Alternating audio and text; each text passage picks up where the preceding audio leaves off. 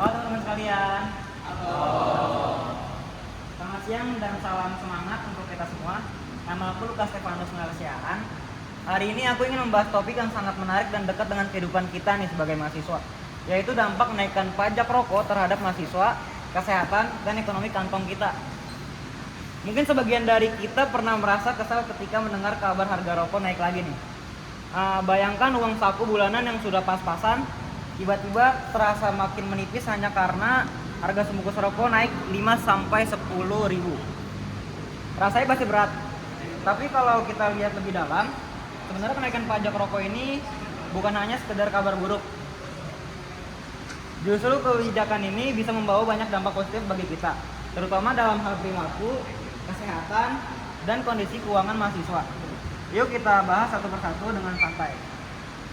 Pertama, mari kita lihat dari sisi perilaku mahasiswa. Kenaikan pajak rokok itu bukan hanya angka di kertas atau berita di televisi saja, tapi punya dampak nyata di kehidupan kita. Menurut data dari Kementerian Keuangan, kenaikan cukai rokok sebesar 10% pada tahun 2023 berhasil menekan jumlah perokok muda dari 99,1% pada tahun 2018 menjadi 8,7% saat ini. Artinya banyak anak muda yang mulai berpikir dua kali sebelum membeli rokok. Bayangin aja, harga sebungkus rokok yang dulu sekitar Rp20.000 sekarang bisa mencapai 30.000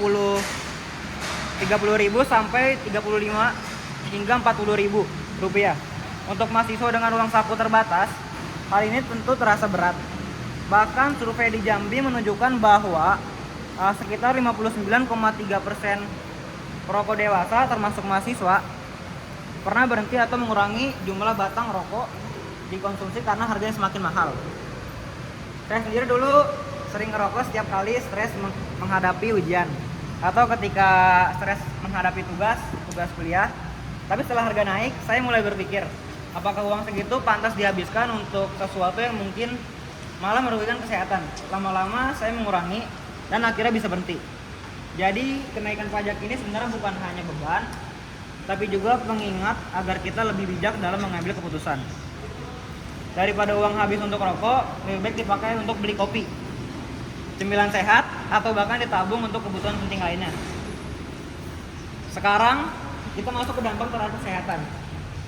Rokok sudah lama dikenal sebagai salah satu penyebab utama penyakit berbahaya seperti kanker paru-paru, penyakit jantung, dan gangguan pernapasan. Menurut data dari WHO, setiap tahun lebih dari 7 juta orang di dunia meninggal akibat rokok.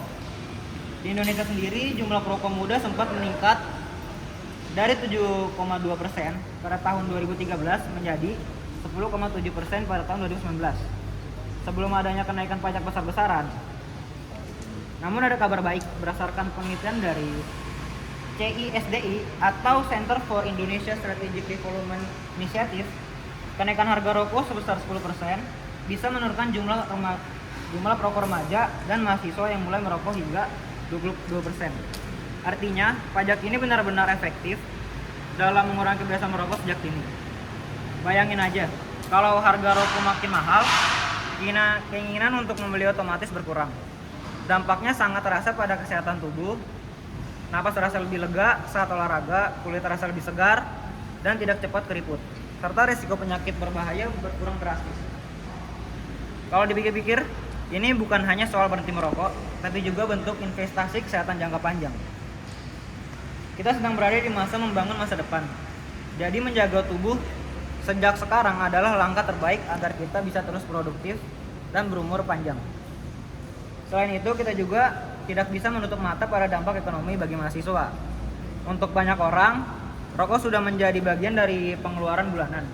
Berdasarkan data dari Survei Sosial Ekonomi Nasional tahun 2022, rokok menjadi pengeluaran rumah tangga terbesar kedua setelah makanan. Bayangkan jika uang saku kita hanya 1-2 juta per bulan, bisa saja setengahnya habis hanya karena untuk membeli rokok. Tapi kalau kita lihat dari sisi positif, kenaikan pajak ini sebenarnya bisa menjadi peluang untuk belajar mengatur keuangan dengan lebih baik. Dengan berkurangnya kebiasaan merokok, otomatis pengeluaran juga berkurang. Uang yang tadinya dihabiskan untuk beli rokok bisa dialihkan untuk hal yang lebih berguna, seperti membayar UKT, membeli buku, nongkrong bareng teman, atau bahkan menabung untuk liburan. Penelitian dari Universitas Jambi juga menunjukkan bahwa kenaikan cukai mendorong sebagian perokok untuk beralih ke alternatif yang lebih murah. Dan tidak sedikit pula yang akhirnya berhenti total. Dampaknya, kantong mahasiswa jadi lebih aman dan kita pun jadi lebih sadar untuk memprioritaskan kebutuhan yang benar-benar penting. Jadi teman-teman, dari semua yang sudah kita bahas, kita bisa simpulkan bahwa kenaikan pajak rokok ini bukanlah musuh yang perlu ditakuti. Sebaliknya, kebijakan ini justru bisa menjadi sekutu yang membantu kita hidup lebih sehat, lebih hemat, dan lebih bijak. Kenaikan pajak bukan hanya tentang harga, tetapi tentang perubahan gaya dan cara berpikir kita sebagai generasi muda yang peduli dengan masa depan. Terima kasih atas perhatian teman-teman semua. Tetap semangat kuliah dan jaga kesehatan. Dan ingatlah bahwa hidup sehat adalah investasi terbaik untuk masa depan kita.